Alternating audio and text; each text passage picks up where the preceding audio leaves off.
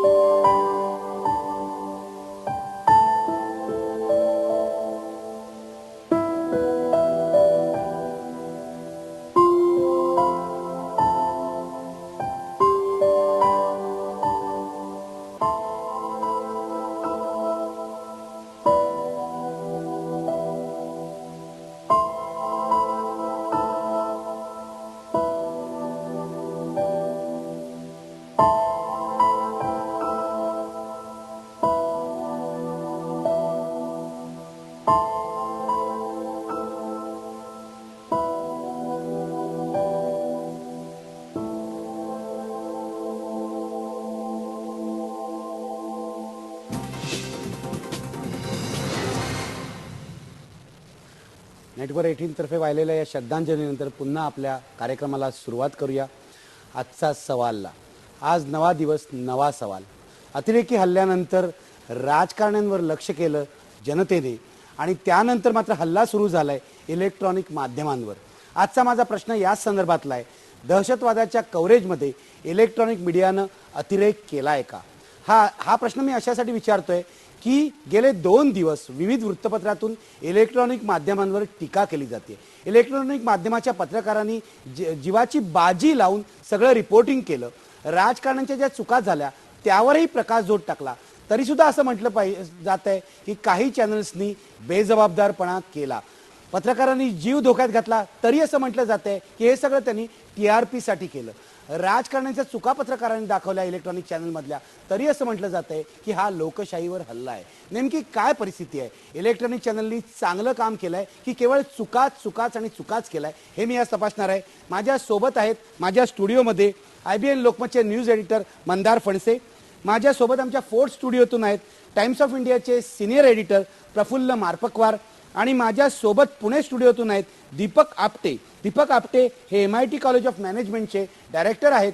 मी सुरुवात करतोय आपटे तुमच्यापासून. इलेक्ट्रॉनिक माध्यमांवर जो आक्षेप घेतला जातोय की त्यांनी अतिरेक केलाय, तुमचं काय म्हणणं आहे? मी त्याला अतिरेक असं म्हणणार नाही, पण थोडासा बेजबाबदारपणा झाला असेल. आणि का झाला याची मी कारण तुम्हाला सांगतो. एक तर इलेक्ट्रॉनिक मीडियाला अशा प्रसंगी कसं कव्हर करायचं, काय करायचं याची कल्पना नव्हती, प्रॅक्टिस नव्हती, ट्रेंड लोक नव्हती. वॉर जेव्हा कव्हर करतात तेव्हा ट्रेंड लोक असतात तिथे, इथे ट्रेंड नव्हते. प्रत्येक बाईट मिळावं किंवा पहिल्यांदा काहीतरी करायला मिळतं ही एक्साइटमेंट होती. पण त्यामुळे आपण काय नुकसान करतोय देशाचं किंवा त्या कमांडोचं हे त्यांच्या लक्षात येत नव्हतं. हे मुख्य हे कारण आहे. म्हणजे टीआरपी वगैरे हा प्रकार आहेच, पण जास्त मुख्य कारण हे त्यांचं एक्साइटमेंटमुळे होती. पण त्यामुळे बराच मला सांगा, तुम्ही म्हणाला टीआरपी वगैरे हा प्रकार आहे, तुम्हाला असं वाटत होतं का एक्साइटमेंटमुळे आमचे पत्रकार पुढे जाऊन रिपोर्टिंग करत होते, हे तुम्ही मान्य केलं, पण त्यांनी जो जीव धोक्यात घातला तो टीआरपी साठी होता असं तुमचं म्हणणं आहे का? कारण काही वृत्तपत्रातून असे आरोप झालेले आहेत. नाही, हा टीआरपी साठी असा नव्हता, पण आता नवीन काहीतरी घटना त्यांनाही मनात असं वाटतंय की स्वतः कमांडो नाही पण काहीतरी करायला मिळावं, बघायला मिळावं. पण आपण त्यामुळे काय नुकसान करतोय हे त्यांच्या लक्षात येत नव्हतं. म्हणजे उद्या एखादं समजा टॉप सिक्रेट फाईल त्यांच्या हातात मिळाली तरी ते एक्साइटमेंट होऊन टीव्हीवर देतील का असं मला वाटायला लागलं, भीती वाटायला लागली. तर इलेक्ट्रॉनिक मीडियाला वेळ खूप कमी असतो. वृत्तपत्रांना कसं दुसऱ्या दिवशी द्यायची असते बातमी, त्यांना विचार करायला बराच वेळ असतो. इथे त्यांना विचार करायला वेळ नव्हता. पण बऱ्याचदा त्यांनी अशी काही चुकीच्या बातम्या दिल्या, कमांडो कुठनं जात आहेत वगैरे हे सगळं सांगत होते. हे अतिरेक्यांना इनडायरेक्टली कळत होतं. वेनसडे सिनेमा कोणी पाहिला असेल तर त्याच्यात काय अतिरेकी कसा वापर करू शकतात या इलेक्ट्रॉनिक माध्यमाचा हे आणि ऍक्च्युअली करून दाखवलं. मी जातोय प्रफुल्ल मारपकवार यांच्याकडे. मारपकवार, टाइम्स ऑफ इंडियात म्हणजे प्रिंट मीडियम मध्ये काम करतात. मारपकवार, मला सांगा, आता ऐकलं तुम्ही काय म्हणाले आपटे, तुमचं काय म्हणणं आहे? इलेक्ट्रॉनिक मीडिया तुम्हालाही बेजबाबदार वाटतोय का? नाही, आपटेंनी जो एक शब्दप्रयोग केला अतिरेक, त्या अतिरेक या शब्दाशी मी सहमत नाही आहे. पण एक नक्की सांगेल की या सगळ्या याच्यात 50-50 चान्सेस आहेत. प्रिंट मीडिया, आपण प्रिंट मीडियामधून आपण वगैरे साहेब आपण इलेक्ट्रॉनिक मीडियामध्ये आलात. प्रिंट मीडियाची सिच्युएशन वेगळी असते, इलेक्ट्रॉनिक मीडियाची सिच्युएशन वेगळी आहे. आणि दर मिनिटाला आपण बातमी द्यावी अशी प्रत्येक पत्रकाराची इच्छा असते. आणि मला वाटते त्यातून सगळ्या चॅनल्समधले असलेली स्पर्धा, त्यातून कदाचित थोडी घाई झाली असेल. पण मला असं वाटतं की थोडी आपण या इलेक्ट्रॉनिक माध्यमाचे जे प्रतिनिधी आहेत त्यांनी थोडी याबद्दल थोडी काळजी घ्यायला हवी. आणि आपण सगळ्या जगाबरोबर आपण कॉम्पिटिशन करतो. अमेरिकेतला हल्ला झाला, त्याच्यानंतर काय झालं, पण आपण अमेरिकेतला हल्ला झाल्यानंतर तिथल्या इलेक्ट्रॉनिक मीडियाने ती सिच्युएशन कशी हँडल केली आणि भारतामध्ये आपण काय करत आहोत ह्याचा आपण अभ्यास, एक नव्याने एक अभ्यास आपण करायला पाहिजे. तर आपल्याला याच्यात काही नवीन उत्तर मिळतील असं मला वाटतं. मंदार, तू एवढी वर्ष इलेक्ट्रॉनिक मीडियात आहेस, हे आरोप मी प्रत्येक अशा मोठ्या घटनेनंतर ऐकतोय, अनुभवलेले आहेत आणि पाहतोय. एका बाजूला इलेक्ट्रॉनिक मीडियातले पत्रकार जीव धोक्यात घालतात आणि दुसऱ्या बाजूला हे सगळे लोक असं म्हणतात की अमेरिकेत चांगलं होतं, इंग्लंडमध्ये चांगलं होतं. यावेळेला भारतीय मीडियाचं रिपोर्टिंग हे बीबीसी आणि CNN पेक्षाही चांगलं होतं. CNNने आपलं फुटेज वापरलं, CNN IBNचं. तर मला सांग, तुझं काय म्हणणं आहे एक रिपोर्टर म्हणून, एक पत्रकार म्हणून? मुळात गेले काही वर्ष जे काही आम्ही टीव्ही जर्नलिस्ट, आमचे मित्र जे आहेत इतर चॅनलमधले आहेत, हे जे काही सगळेजण आम्ही रिपोर्टिंग करतोय, एक सगळ्यात मोठी भावना जी मनात आहे ती हीच आहे की असं काही लिहिताना अत्यंत बेजबाबदारपणे, जसं आमच्याकडनं जबाबदारीची अपेक्षा वृत्तपत्र करतात तसंच बेजबाबदारपणे ते सुद्धा लिहितात. ज्यावेळेला एखादा आक्षेप घेतला जातो त्यावेळेला त्यामागची घटना जर तपासून बघितली जात नाही, जर त्यामागचा एखादा कोट सुद्धा तुम्ही घेत नसाल, कुठल्याही चॅनलच्या एका जबाबदार संपादकाकडनं तुम्ही कोट घेऊ शकता, तो कोट न घेता तुम्ही बेलगाम आरोप करता. एक मिनिट तुला थांबवतो, याच्याकडे आपल्याकडे ब्रेकिंग न्यूज आली आहे, अत्यंत महत्वाची बातमी. ब्रेकिंग न्यूज आहे, मुख्यमंत्री विलासराव देशमुख यांचा राजीनामा मंजूर झालेला आहे. काँग्रेस पक्षाने नेमलेले महाराष्ट्राचे प्रभारी AK अँटोनी यांनी आत्ताच असं सांगितलेलं आहे आणि नव्या नेत्याची घोषणा उद्या होणार आहे. पुन्हा एकदा सांगतो, मुख्यमंत्री विलासराव देशमुख यांचा राजीनामा मंजूर झालेला आहे. काँग्रेस पक्षाचे प्रभारी AK अँटोनी यांनी असं सांगितलेलं आहे. आमच्याकडे अँटोनी यांचा जर जे निवेदन आहे ते आलं असेल तर मी विनंती करतो की आपण ते दाखवावं. आपण थेट जाऊया AK अँटोनी यांच्याकडे.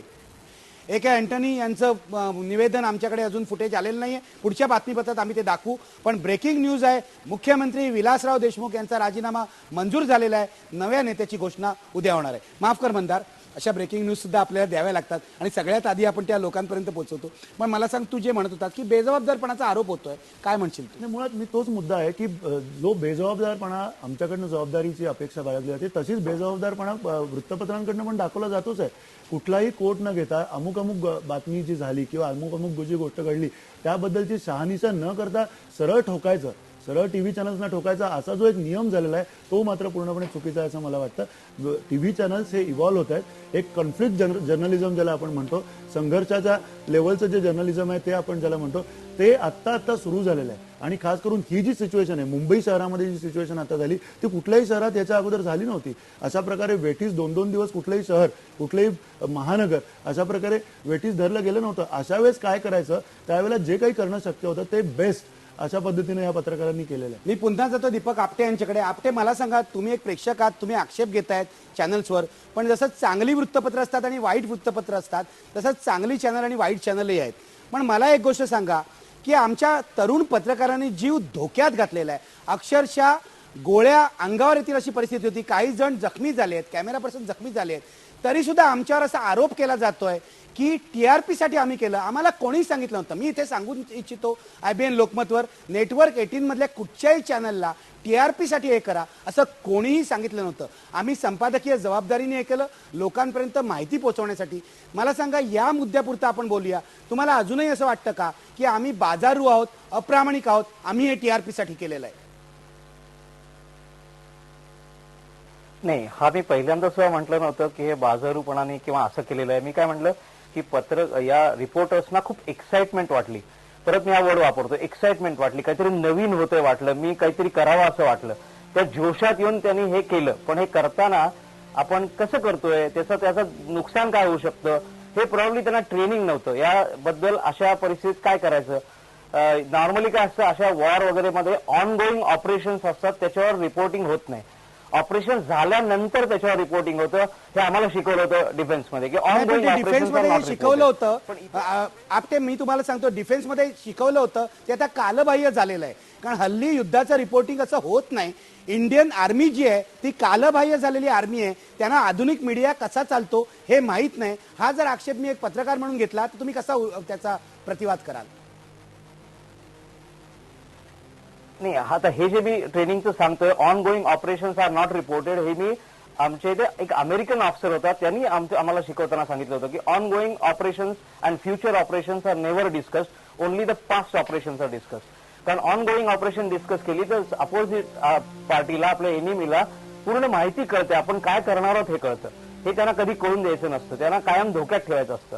हे होऊ शकलं नाही रिपोर्टिंगमुळे, अशा रिपोर्टिंगमुळे. नाही, हे हास्यास्पद वाटतं. गेले अनेक दिवस जे सांगतात की टीव्ही चॅनल्सवरनं अतिरेक्यांना कळतंय की कुठनं हमला होतोय, कुठनं हेलिकॉप्टर येते, हे अतिरेक्यांना कळायची गरज नाहीये. ते फिदाईन आहेत, ते इथे मरायला आलेले आहेत आणि मारायला आलेले आहेत आणि ते एवढे बावळट नाहीयेत.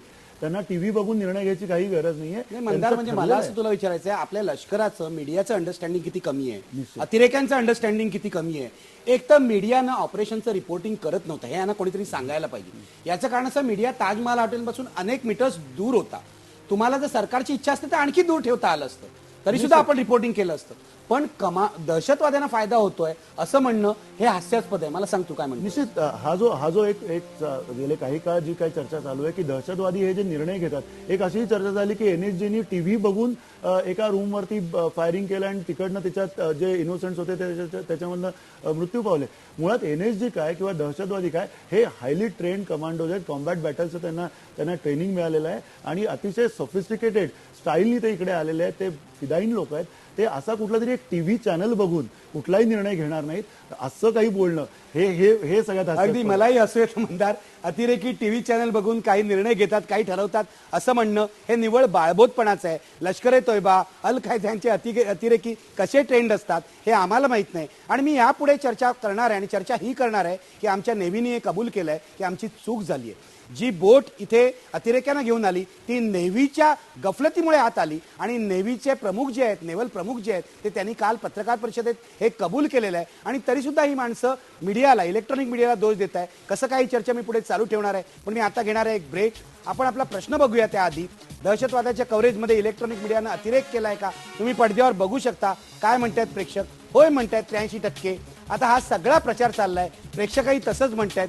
ठीक आहे, आम्ही जर अतिरेक केला असेल आणि आम्ही जर चुकीच्या बातम्या दिल्या असतील तर बघूया आपण कशा सुधारणा करायच्या, पण चर्चा झाली पाहिजे, कारण लोकशाहीमध्ये चर्चेमुळेच सुधारणा होते.